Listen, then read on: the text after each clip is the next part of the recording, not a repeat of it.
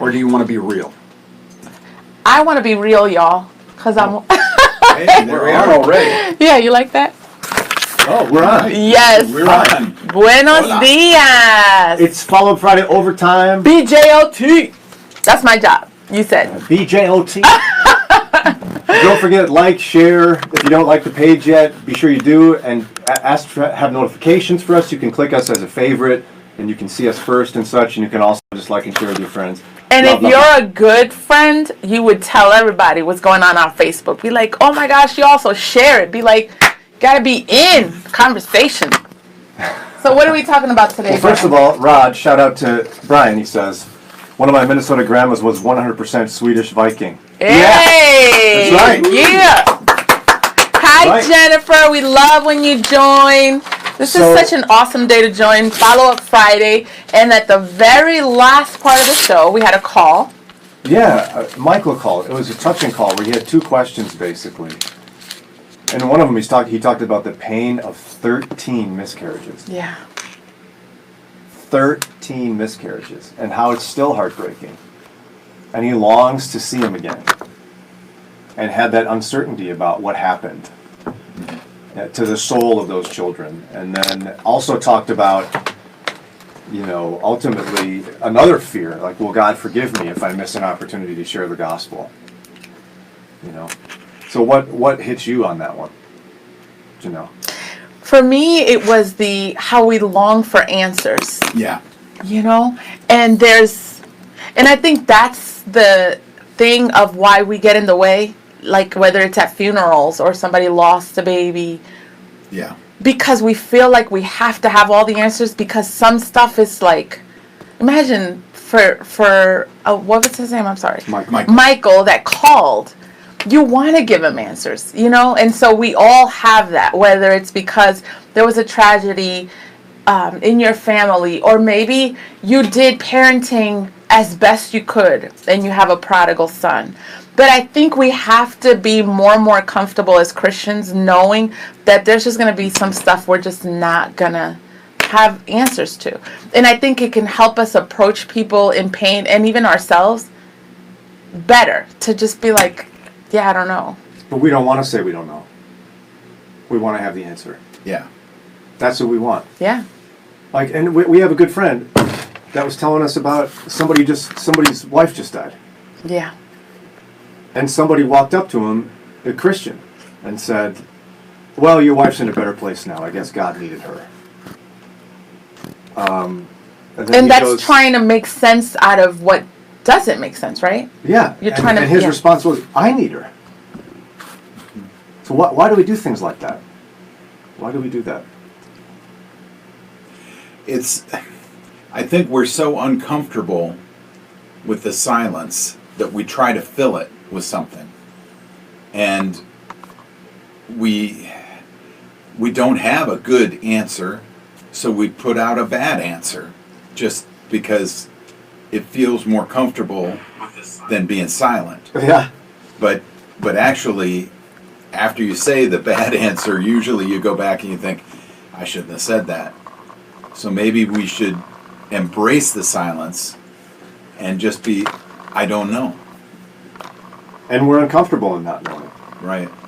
And it's going to sound, guys, I have a lot of questions. I've lost 3 pregnancies. I've lost my dad. So I'm all in that group. But I'm saying when we approach God like that, it's almost like we feel like he owes us an answer. You don't feel that? I've done that. Yeah. Oh, yeah. And I haven't, it's uncomfortable when I've lost something to embrace the fact that he doesn't have to give me reason, answer, nothing, including one of my kids being a prodigal. If it doesn't make sense to me, he doesn't have to fix that for me ever in my lifetime. And that's one of the crazy parts about God's response to Job. Yeah. We know the behind-the-scenes story in the book of Job, but Job doesn't. And when Job finally gets to the point of questioning God, God's answer is, excuse me, do you know who I am? Yeah. And he's got this long, drawn-out poetic, oh, I'm sorry, did you make the ocean stop at the shore? Right. Oh, wait, that was me. Right. That's the Brian translation. And at the end of the day, his answer was only, you want to know what? I'm God. And that's it. That's crazy. First, I want to say don't hi. like that. Yeah, I don't. Anita, hi, Miss Anita. Thanks for the Share anniversary. us. Thank you. Daniel says, happy anniversary. No, he said it's nice to Brian. talk to us on the air. No. Nice to speak to you, Dan. Yeah, but look, he said happy wedding anniversary to Oh. you and your wife. Thank you very much. Hi, Misty. We love when you tell us where you're at and what you're doing. And Misty, Brian, is watching from the beaches of New Jersey. Suffering for Whoa. Jesus on the beach today. Misty. Real beach. Somebody's got to do it. Yes. We're working. You're on the beach. Have fun, Misty. I know you're there for a dance recital. Have fun. And Jennifer's on. Hi, Jennifer. So, what do you do? How have you responded in the face of loss, or what do you tell someone? Because you gave an example of when we mess it up and we try to help make sense of a loss or a tragedy, That and we it's can't make sense of. yeah.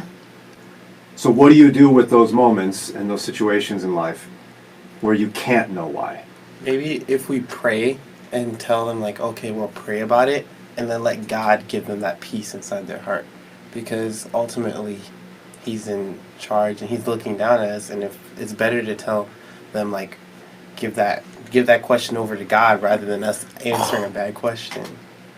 Getting all in the way. That's true. By the way, did you say who that is?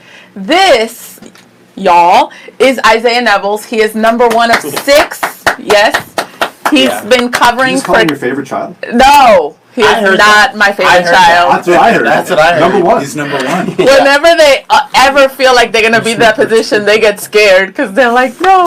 Yeah, because then you get jumped by 5 people. Yeah. No. Hi, Lillian. She said, more, yeah, go ahead. Well, mourn with those who mourn silently. Yeah, I mean, Job's friends screwed up when they opened their mouths. But, you see, optimists struggle with this, cynics don't. I need a minute to be frustrated and say, God, I don't like this. And isn't it okay sometimes for a Christian, rather than give the pat spiritual answer of, well, remember, God's in control, so Oh, yeah. this will all work out for good, to say, you know what, this is bad. I'm going to miss that person too, and I don't understand what's happening. Or even, is it appropriate or okay as a Christian to say, yeah, it's not fair? Yeah. It is? Because we're not supposed to say it's not fair. It doesn't have Who to be says? fair. Life is, I don't know, like, are we supposed, yeah. See, the pattern I found comfort in with David in the Psalms, and his imprecatory Psalms, his like whining Psalms. Yeah. He's got a pattern of telling God exactly what he wants. My favorite one is he asks that God specifically break the teeth of his enemies. It's pretty specific. Yeah. And he's pretty mad. Yeah. But his pattern always is resolved by David saying all that stuff and then going, but God, I know you're in control, Right. and I yield to your sovereign will. Yeah. But he doesn't skip the whining part. Like, it's okay to whine. It's not unspiritual and it's not unbiblical to whine. So or David is horrible. As a Christian, though, when I come into that situation, should I encourage the whining? Should I bring truth instead and say, well, God's in control. God's not unfair. Do you see what I'm saying? Like, to join that party feels... Just like weeping with those who weep.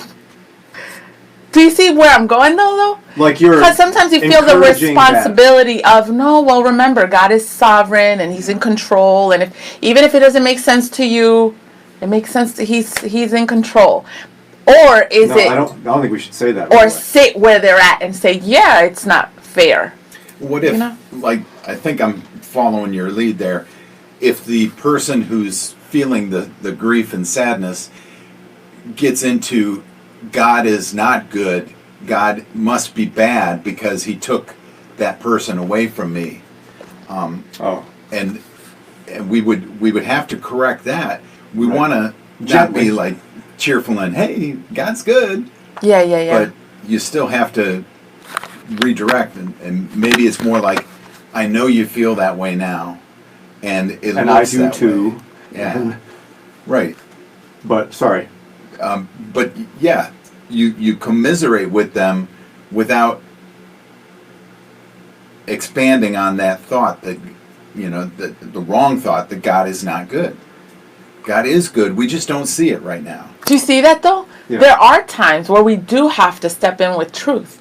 in the middle of that. But then I guess my question is, how do you know when to say, yeah, it is unfair, and when to correct? Well, that's a good question, because it brings up one of my favorite examples from Dr. Rydelmick, and I probably bring this up way too much. Ron wants to fall asleep, he even knows what this is. But Yeah. somebody called in once to ask Dr. Rydelmick, said they're at a funeral, they're at the wake, and everybody is basically going, well, so-and-so's an angel now. And the person's like, how do I correct that theology? Yeah. And he said, well, here's what you would say, because this is it's not true. You don't become an angel. Angels are created beings. Yeah. You don't become one. They're separate. But he goes through the whole thing, and then I go, but wait a minute. Should you say that at the wake, Michael? He goes, of course not. Yeah. That's not the time and place to do that. Right. So what do you do with that? Because you're not correcting bad theology. Right. It's knowing which one has to be, like, identifying which one has to be corrected. Hi Deborah. She says what to say. Sometimes you have to admit to the person that you're at a loss and don't know. I love that. But just be there, sit there, hold their hand. I love that because it reminds you, you're a created being too, you're not God. And just admitting to the other person the truth, which is like, this doesn't make sense to me either. I'm just going to sit with you here and trust the sovereign God. Like, as we trust and weep in the eyes of a sovereign God, knowing I don't got the answers, and admitting that and being okay with that. But isn't that one of the things that's key then, is just pointing to God's sovereignty could be enough, rather than dealing with the minutiae of theology. Yeah, right. Where you can just go, yeah, you know what, I don't get this either. Right. Sometimes God is completely I'm unable to understand God. He's too big for me. I don't get it. Somehow he does. I don't. Hi, Rod. Hi, Lillian. Hi, Wendy, Trisha, Juanita, Colleen. Thank you for logging in. Let us know how do you figure out what words to share, or how to encourage a person that's experienced a lot of loss, or even in your own life. How do you make sense of loss? And I love seeing those likes and hearts popping in there. Yeah, it helps us out. Be sure to share this if you want to talk about it with your family and friends. And especially when I'm speaking, I expect to see lots of hearts. So where's heart? Yeah. Oh, a couple of likes, heart. Yeah. Hi, Joe. Nothing like begging. Jennifer says, I know. Jennifer says, I've had people recently encourage me to embrace the pain of losing my father instead of. There's a mad face. I'm sorry. That's at you. Thank you, guys. Yeah. So she's like, people have told her, embrace the pain of losing her dad instead of stuffing her feelings and only giving the Christian response to her pain. Oh, okay. It is freeing knowing I can be angry, sad, confused, and still love God. Oh, that's David all day long. Yeah. And the comfort of knowing God will entertain that. You can sit there and be there, angry, sad. But where's the line? There has to be a line. No? Well, let's see if we can find it, because how about this one? Jesus knew everything, right? He's God. He's man and God all at the same time. He gets word that his friend Lazarus is sick, and he intentionally waits. And when he shows up, his friends come running up to him crying, saying, if only you would have been here sooner. What was his response? Come on, what are you doing here? You know me. I got this. No. Or why don't you stop worrying? I'm God, I'm with you. What did you? He cried. Shortest verse in the Bible. Jesus wept. He cried. Now, I don't know exactly why he did. I know theologians have their reasons and ideas of why he was crying, but his response wasn't to correct weak faith. It was to acknowledge the sadness of death in the moment and cry. Maybe it's because, and it was when they said, like, you should have been here sooner, it wasn't like rage towards God. It's just disappointment. Like, man, if you were here sooner, you could have, like. Yeah, it was disappointment. Yeah. I think it was faith, too, them acknowledging, like, you could have done something. Yeah. We've seen you heal people. You could have done it. Yeah. Yeah, it's both, I think. Hi, Trisha. Hi, Rebecca, Carrie, Katrinka, Juanita, Amy. A lot of new names. Share us. Like us, because it helps the page and it gets the word And out. this is, when she's talking, you do those angry faces. Angry faces. When I'm talking. Oh, wow. Keep talking. Let's see. Yeah, and this is important because we touched a little bit on this. If we're mindful of there are good and bad ways to engage people in loss, then it can give us opportunities to share not just the gospel with non-believers, but encouragement and word and truth with believers. Yeah. You know, helping people push through with victory, you know, in whatever hardships they have. But I love Jennifer's perspective of how we can do that to ourselves, and in turn stuff emotions and not be transparent and real with God. Yeah, Good morning, Olivia. What were we going to say, Brian? Well, Jennifer added something else that's really helpful here. She's on a roll. You're on a roll, Jennifer. Yeah, homeschool in the house. She's a homeschooler, by the way. I just had to represent. She says, I don't often do the David response because I fear I will cross the line. I think many Christians have that fear, so they don't allow themselves to fully grieve. What's the line? What is that line? But see, okay, you were going somewhere else? No. I can answer that with an uncomfortable truth. Okay. Whether we like it or not, God knows our heart anyway. Yes. So you don't tell him that you're mad at him, so he doesn't know. It's a secret. Right. Is he sovereign or is he not? It reminds me of the silly situation I was in working. We got a call. One of the stations for Moody had some sort of emergency. We didn't know what it was. So somebody wanted to start praying for everybody by name, and they couldn't remember their name. So we stopped the prayer, and they go look up people's names. Like, whoa, calm down. God knows who they are. Yeah. He's not going to not help someone because you didn't remember their name. Who are you talking about again? This is this thing we do to ourselves that we could be like, we joke around, and all of a sudden it's like, dear God. And it's like he's... I mean, are you kidding me? He knows how we feel, so why not tell him what he knows anyway? Yeah. Otherwise, aren't you lying to God? Yeah. If you hide your anger and fear and frustration from the Lord, aren't you lying to him? So if I'm sitting, if we're saying we can sit in our fear, anger, frustration, sadness, when does it turn into what Jesus would tell the disciples, like, oh, you have little faith? Or trust in me, or like, why? In my words, why are you tripping? Like, you're talking to me. So, like, when does it turn into a lack of trust and faith? I'm going to declare a line, and I'm going to test it, see what you think of it. And maybe Jennifer will like this. What's the line? God's sovereignty. The minute you doubt his sovereignty, or you question his sovereignty, you've crossed the line. And what does that look like? Give me one example, just for those of us. God, you obviously don't know what you're doing. Because I needed this person. You're angry at me, or you're like when you go that line. Yeah, or like, God, you're obviously punishing me because you don't like me. Okay, so that's questioning his sovereignty. It's a lie about who God is. That's a line you can't cross. But couldn't you say, God, I know you're in control, but I don't feel it right now because it feels like chaos. Yeah. I know you're in control. Yeah. It feels like chaos and it hurts. Yeah. Margie says there's not a magic line, so don't look for one. Brian, yeah, I know. He has it all figured out. Thank you, Margie. She was asking me to find a line. It's your fault. I don't think God works that way because then it will be us and not God. We need to pray and ask God for his wisdom so that we are reflecting the love and compassion of God to the other person. We don't need the answers. The person is not expressing something so that we can jump in with our knowledge. Those are great points, Margie. My other question. You want the line. No, I do. No, because we have to be mindful because you know how if you tell me, like, it's like the kids. Oh my goodness. If we tell our driving kids now, you don't need a curfew. Just come in at a time that's sensible.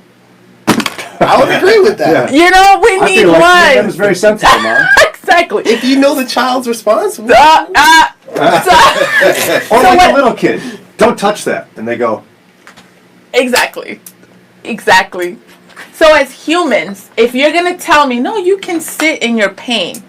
You can take that, like, which brings me to my next question. The guy that Jesus healed at the pool when he was like, do you want to be healed? And if you tell some of us, and even in some seasons, I'll include myself, no, you can sit in your pain. I will sit there. Oh, yeah. And it can turn into victimhood. It can turn into, like, God telling me, like, okay, now, you're victorious. Like, you're bigger than this. Like, that's why I need a line. I find comfort in knowing that he'll entertain all of that. But when do you know in yourself, like, okay, now, there's work to do. There's people, like, we're supposed to be victorious. I know the sentiment of what you're saying, and I agree with it because I know people who everything's not okay unless everything's not okay. Like they thrive in discontent. And that's not how we're supposed to live a Christian life, right? Yeah. The fruits of the Spirit are not discontent, Yeah. waddling, and bawling. You know, I mean, it's kind of a depressing list, I suppose. But I don't know that that's a knowable thing. Oh, okay. Like, because people grieve so differently, and they process anger so differently. Yes. What might take John Doe 12 months yeah. to grieve might take Jane Doe 15 months to grieve. Yeah. Someone processes their grief with crying, someone else with laughter. I mean, I don't know. I don't know that we can know the answer to that. Isn't it a condition of the heart? If the condition of the heart is to, I like the attention I get when I'm not well, then that's a poor thing. But if your heart is for the Lord and His sovereignty, I guess you just got to yield to as long as it takes, don't you? Yeah. I agree. Because sometimes grieving takes grieving to heal. Right. Right, which is what Jennifer was talking about. You don't want to stuff it. I like what you said. Everybody grieves differently. I just want, and here I am, regular Janelle, encouraging people. Emphasis on regular. Yeah. I'm encouraging myself. She said it. To just be mindful of, when it's like, okay, now. Like, not get over it, but walking in victory and saying, okay, I got to take the next step. And then the next step after that. It took me years to recover from my dad's passing because he stayed with us and we cared for him. It was a lot. So how did you know you weren't sitting in it? I sat in it for a while. Like homeschool So was what? like. Didn't you need to? Yeah. And I thank goodness, I was not surrounded by people that were like, okay, come on. Including my husband, who was awesome. Yeah, how did Len handle that? If it took you months to, like, in depression almost, grieve your father, how did Len handle that? Was he like, this is all for good? Oh, no. What did he do? He did a lot of listening, very little opinions, coming from someone that will give you a 2-hour lecture. Like, he has opinions. He was very good at staying silent. But he's got a big heart. And he has a big heart. And he's very much like a 9/11 hero, like a firefighter. When it's like time to get real, he knows how to jump in. So like there's life, and then when it's like, okay, this is serious, I'm needed, he knows how to dive in. So he knew in that season when it, like, just to affirm, to be there, to listen. So I get it. I think it's what you're saying. We know. We have to be the ones to know when it's time to take the next step. And I think it is crossing some sort of other line to decide for someone when it's time for them to move on. Oh, yeah. But we love to do that. Haven't you been sad long enough now, Janelle? Who has the right to say that? Yeah, right. By the way, Jennifer said, I can agree with that. I believe behind closed doors Christians grieve, but they hide it from their community. It's true. Oh, yeah. Violet, this is her first time Wait a minute. commenting on Brian and Janelle live. On my chair. Yeah. Thank you, Violet. Make sure to share us. She says, I've stood in funeral procession greeting lines and heard some of the dumbest things come out of people's mouths and end up wondering, you stood all this time here and that's what you came up with? I never say much more than, I'm sorry you're hurting. I'll pray for you. And how can I help? Getting all theological is not always the right thing to do when you're in the midst of pain. Yeah. Oh, I love that, Violet. Oh, no. You know what? You've talked about that, saying, I'm sorry. We just went through this where I have to be careful. I always tell my family that when we have people around us in our circle that go through tragedy, it's their story to tell, not mine. So with as much vague detail as possible, we just attended a wake and a funeral. And I had to talk with the kids, the older kids who went with us, like the etiquette of it. And I said, here's the worst thing you can do. Say nothing. And then the next worst thing you could do is say all the wrong things. So here's what you can do. You could be there as a minimum and hug them and cry. You could say, I'm sorry, or you can say, I'm sorry for your loss. But you don't have to do anything more than that. Yeah. And then I watched it happen. I saw people in front of me in line that had a conversation as if we were not at a funeral. Like, oh, yeah, it's been forever since I've seen you, blah, blah, blah, blah. And I get it, but that's not why we're here. Yeah. But it's so uncomfortable. And I don't like doing it. No one likes doing it, right? But Violet makes a good point where you sit there and you go, that's what you came up with after this long time? Violet, comment some more and hang with us some more. The other thing, I'm not going to even call it a challenge, but I will tell you that when my dad passed, we'll never forget the people who called. And there were people who called us. What did they say? They were just like, I'm so sorry. That's it. It was just, I'm so sorry. But they called. They called. And my mother was like, learn from that. Like, it makes a difference. It's not even what they said. And some of these were people that we hadn't talked to in decades. You know, and they called.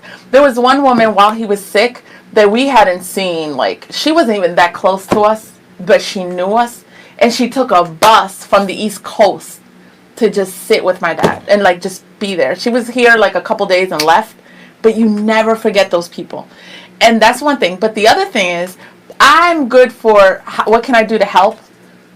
But coming from the other side, I'm just going to say, and I'm trying to learn this, I was not in the position to tell you, like, just do something. Like, you know, sometimes, like, for example, the people that just showed up and brought disposable paper plates because they knew I had a lot of people coming. Kleenex, toilet paper. Just bring you don't stuff. Want to go to the store and pick that up. There were people that brought gift cards to restaurants because they knew we had people coming. There was one woman I will never forget. She listens to the show. Her name's Anita McKinney. She's amazing. Amazing. So I'm thanking you again.